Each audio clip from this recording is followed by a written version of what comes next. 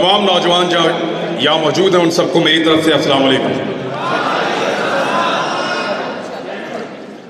कासिम भाई, आपका सुनने के लिए बहुत शुक्रिया। आपको जल्दी जाना था, लेकिन इसके बावजूद आपने कहा कि पहले आप बात कर लो, और मेरे लिए बड़ा ऑनर है कि मैं आपके सामने बात कर रहा हूँ। यहाँ सारे लोग शऊर वाले बैठे हैं, नौजवान हैं, इनके साथ इनके ख्वाब बंधे हुए हैं। यहां बहुत सारे लोगों ने आपको बहुत सारी चीजें बताई होंगी। इनफरादी हैसियत में आगे कैसे बढ़ना है, आप सबने अपनी अपनी जिंदगी में क्या करना है, ये आप सब बेहतर जानते हैं। मैं इनफरादी मामलात पे बात नहीं करूंगा कि एक आदमी को क्या करना चाहिए, एक नौजवान को अपनी जिंदगी बनाने के लिए क्या करना चाहिए। आप सबका अपना अपना अंदाजा है अपने आप को लेकर। आप सब अपनी काबिलियत को, अपनी हिम्मत को और अपने ख्वाबों को जानते हैं। हर एक को पता है कि वो कितने पानी में है और क्या बन सकता है। थोड़ा सा प्लान करने की जरूरत है, तो उस पर बात नहीं करूंगा। अकेले कामयाब हो जाना कोई कामयाबी नहीं होती। कामयाबी वो है जो सारों को मिले, मिलकर कामयाब हो, सबके सब।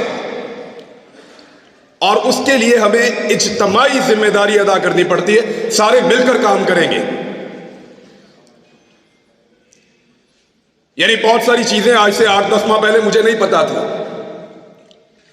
मैंने भी मुताला पाकिस्तान की और माशरती उलूम की वही किताबें पढ़ी हैं जो आप लोगों ने पढ़ी हैं। अधूरा नॉलेज,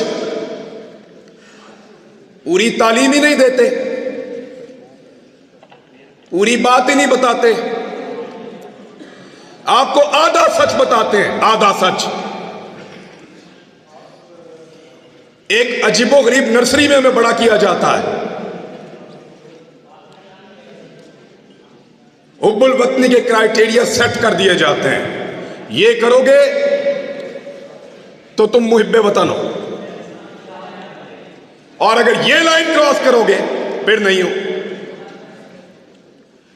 गलत किताबें पढ़ाई, गलत निसाब पढ़ाया, सही और पूरी बात कभी नहीं बताई। सही बात पता चलती है जब आप प्रैक्टिकल लाइफ में आते हैं, जब आप उन लोगों के साथ डील करते हैं, फिर आपको समझ आती है कि आपके साथ तो धोखा हुआ है। आपकी राय तो राय ही नहीं है। और फिर आप में से जो खड़ा होता है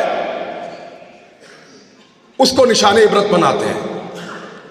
क्योंकि वजह यह है कि इस हॉल में मौजूद हजारों लोगों में से एक खड़ा होता है, 2 खड़े होते हैं, सब खड़े नहीं होते। एक की टांगे उतारना, एक की टांगे तोड़ना आसान है, एक का मुंह तोड़ना आसान है, एक को गिरफ्तार करना आसान है, एक की सलवार उतारना आसान है, किसी एक को नंगा करके उस पर तशद्दुद करना आसान है, सब पे नहीं किया जा सकता। इसलिए मैं कह रहा हूं कि मैं इज्तिमाई जिम्मेदारी पे बात करूंगा। अकेले अकेले कब तक लड़ेंगे? वो जंगल में पड़ा रहा अकेला 2.5 महीने तक, इसी लड़ाई में उतरा था। अरशद शरीफ, तकलीफ होती है उसके बारे में बात सुनकर। जब मोबाइल खोलता हूं बीच में आता है वो कहीं, कोई ना कोई तस्वीर बीच में होती है, तकलीफ होती है। अकेला जंगल में पड़ा था 2.5 महीने तक। उसने अपने मुंह से कहा कि मैं एक कमीज के अंदर बार बार प्रोग्राम कर रहा हूं। किसके लिए लड़ रहा था? हक के लिए।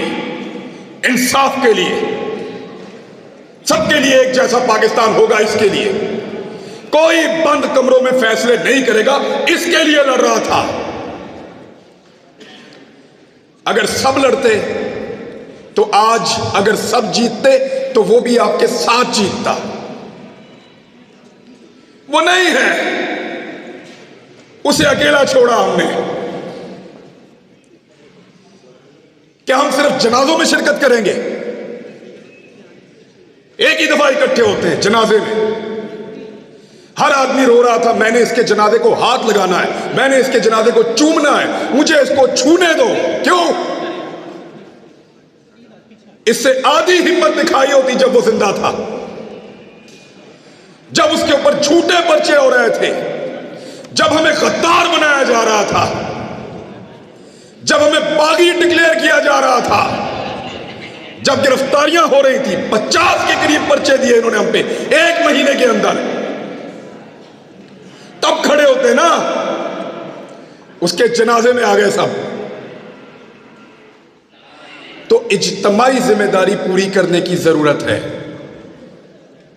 सबको मिलकर करना पड़ेगा,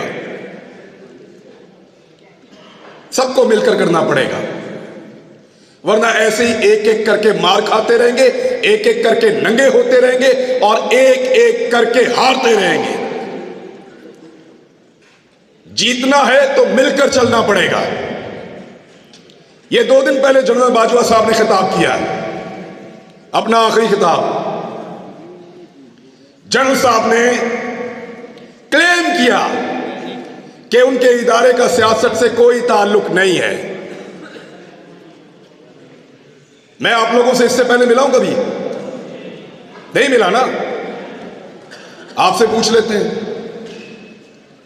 क्या आपको लगता है कि जनरल साहब जो कह रहे हैं, general Qamar Javed Bajwa army chief Pakistan, कि उनके इदारे का सियासत से कोई ताल्लुक नहीं है, ये बात ठीक है? चलो जनरल साहब को भी दिखाते हैं ना। जनरल साहब देखें, उधर मोड़ो कैमरा, दिखाओ, मोड़ो कैमरे उधर। जिन लोगों को लगता है कि जनरल कमर जावेद बाजवा ने कहा कि सियासत से फौज का कोई ताल्लुक नहीं है, ये बात ठीक है, वो जरा हाथ खड़ा करें। ठीक है, अब जिनको लगता है कि फौज सियासत में रोल प्ले कर रही है, वो हाथ खड़ा करें।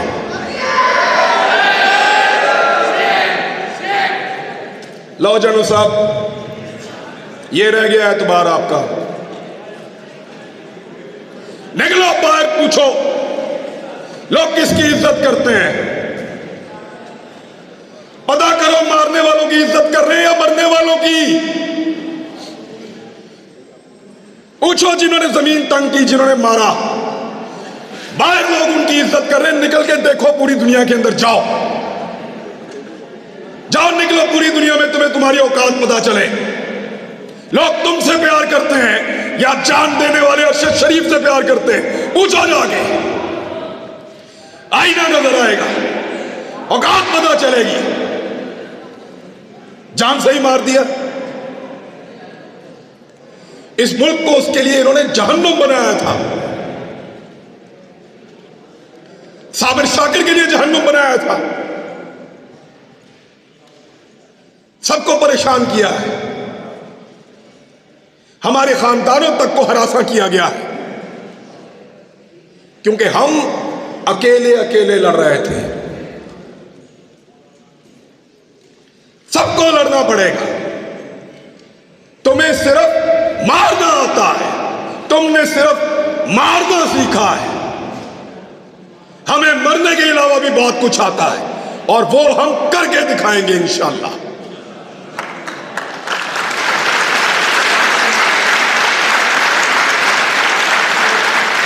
ये नहीं हो सकता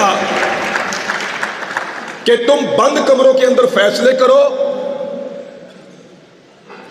कि मुझे उसकी शक्ल पसंद नहीं है, वो मेरी बात नहीं सुनता, वो मेरे से ज्यादा मकबूल हो रहा है, वो मेरे मफाद के रास्ते में आ रहा है, वो मुझे ये नहीं दे रहा, वो मेरे कहने के ऊपर ये काम नहीं कर रहा, निकालो इसको, दूसरा लेकर आएंगे। क्यों? तुम्हारे बाप का मुल्क है, हमारा पाकिस्तान।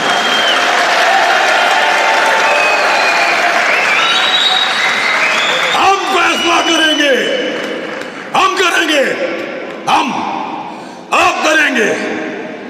किसी को बंद कमरे के अंदर फैसला नहीं करने देंगे। सबका मुल्क है, सब मुल्क में वतन है, सब इस मुल्क के वफादार हैं। ये जब मुझे इन्होंने गिरफ्तार किया, ये मुझे लेकर घसीटते थे, कभी एक थाने में, कभी दूसरे थाने में, कभी तीसरे थाने में। इनको लगता था ये मुझे टॉर्चर कर रहे हैं। खुदा की कसम मुझे पुलिस वालों ने कहा, हर पुलिस वाले ने कहा कि इमरान भाई हम शर्मिंदा हैं। पूरा निजाम जरगमाल बनाया हुआ था,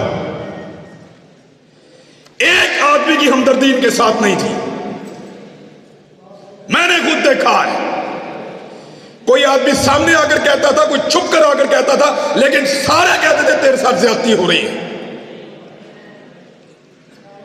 लेकिन जिस दिन सब मिलकर कहेंगे, आदम सवाती ने अकेले बुजुर्ग आदमी ने तमीज सिखा दी ना। आज देखा आपने, पहले उसको रात के अंधेरे में गिरफ्तार किया, रात को आए चोरों की तरह, डाकुओं की तरह, उसकी फैमिली के सामने उसको मारा, टॉर्चर किया, जलील किया, ले जाकर कपड़े उतारे, वीडियो बनाई और उसको रुसवा किया।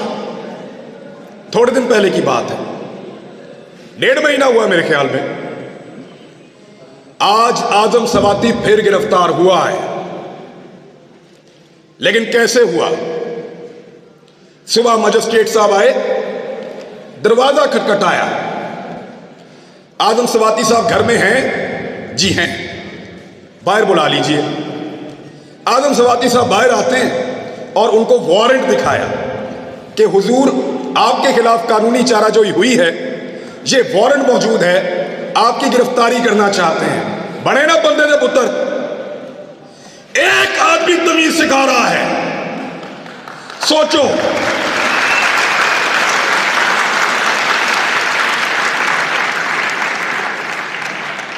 सोचो, एक 74 साल का आदमी तमीज सिखा रहा है।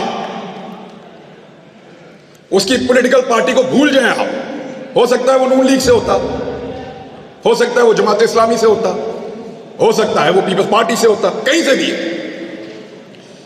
लेकिन तमीज सिखा दी है उसने। अब रात को नहीं आएंगे, कपड़े नहीं उतारेंगे, वो जुल्म नहीं करेंगे। तो इसलिए डट जाना जरूरी है। जितने लोग आज तक तारीख में डट गए, क्या उन सबको यकीन था कि वो जीत जाएंगे? नहीं, बिल्कुल नहीं। अंधे को भी नजर आता था कि ये जंग जीते जाने के काबिल नहीं है। पोरस को पता था कि सिकंदर बहुत ताकतवर है। सबसे बड़ी मिसाल देता हूं, क्या इमाम हुसैन रजी अल्लाह तआला अन्हु को और उनके साथियों को नहीं पता था? यकतरफा लड़ाई थी।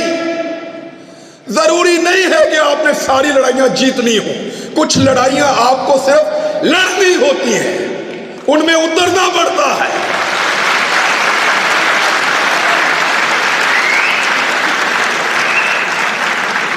लड़ाई जीतने से मकसद नहीं है, लड़ाई लड़ने वालों में अपना नाम लिखाओ।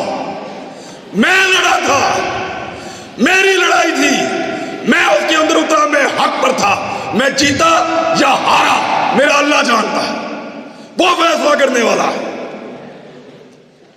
लड़ाई कौन जीता? इमाम हुसैन जीते या यजीद जीता? सबका इत्तेफाक है इस बात पे। तो फिर लड़ाई लड़ना सीखो, लेकिन इज्तिमाई फायदे के लिए। सर को नीचे फेंक देना, मसलिहत के तहत चुप हो जाना, इसको हमारे यहां पे लोग अक्लमंदी कहते हैं। अक्लमंदी नहीं है, बुज़दिली है। मैं भी बुज़दिल था। जब तक वक्त मुझे नहीं पता था। जब समझ आई तो मैं लड़ाई में आ गया। मुझे नहीं पता कल क्या होगा, इसका अंजाम क्या होगा। ये जो रिजीम चेंज ऑपरेशन हुआ पाकिस्तान में, सारे के सारे इसके बेनिफिशियरी हैं। जिन्होंने किया उनके केस खत्म हो गए। जिसके खिलाफ हुआ, जब मर्जी इलेक्शन कराओ जीत जाएगा। यानी इमरान खान को भी फायदा, शहबाज शरीफ को भी फायदा, जो करने वाले उनका भी फायदा। सब कुछ ना कुछ लेकर गए। नुकसान किसका हुआ? हमारा हुआ है। हमारा एक आदमी कम हो गया है। अगर दोबारा लड़ाई होगी तो हम अपने एक बेहतरीन आदमी के साथ मैदान में नहीं आ सकेंगे। हमारा एक आदमी कम हुआ, अरशद शरीफ। नुकसान तो हमारा हुआ है,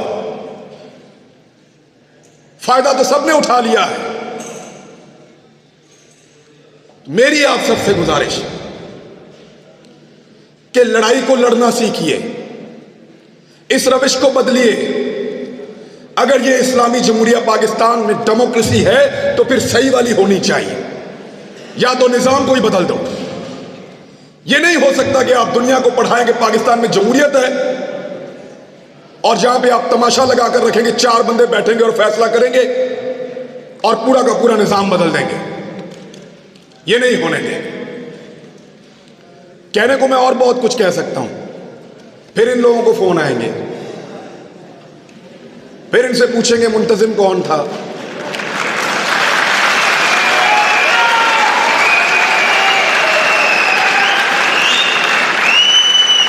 प्रोग्राम किसने करवाया, नौजवान कहां से आए थे, कोई कलदम तंजीम के बंदे तो नहीं थे।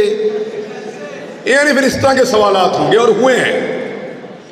हम अपने दोस्तों और रिश्तेदारों से मिलने नहीं जा रहे। जिधर से हम होकर आते हैं वहां ये पीछे पहुंच जाते हैं। जी आपसे क्या ताल्लुक है, आप कैसे जानते हैं। तो इन हालात का हमने सामना किया और यकीन करें कुछ भी नहीं होता। थोड़ा सा मार सकते हैं, थोड़ा सा नंगा कर सकते हैं या जान ले सकते हैं, कुछ भी नहीं होता। मैंने अरशद शरीफ का जनाजा देखा है, इन हाथों से उसकी मैयत लेकर आया था मैं। खुश नसीब है खुदा की कसम वो भी और उसकी मां भी। अरशद शरीफ को मारने के बाद इन्होंने अगर कोई मौत का डर भी था ना, वो भी निकाल दिया है। मारो सबको।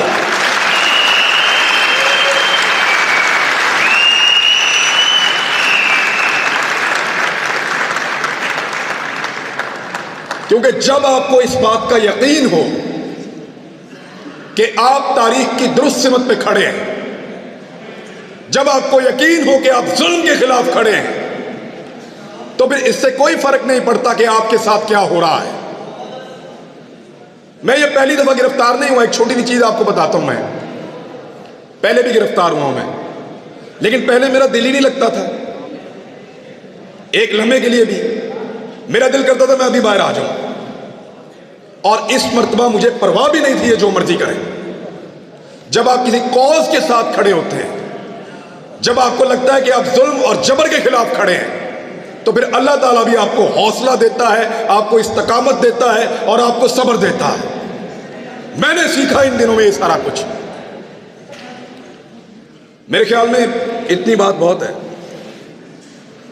थैंक यू वेरी मच जी, बहुत शुक्रिया आपका। मेरे साथ सब लोग मिलकर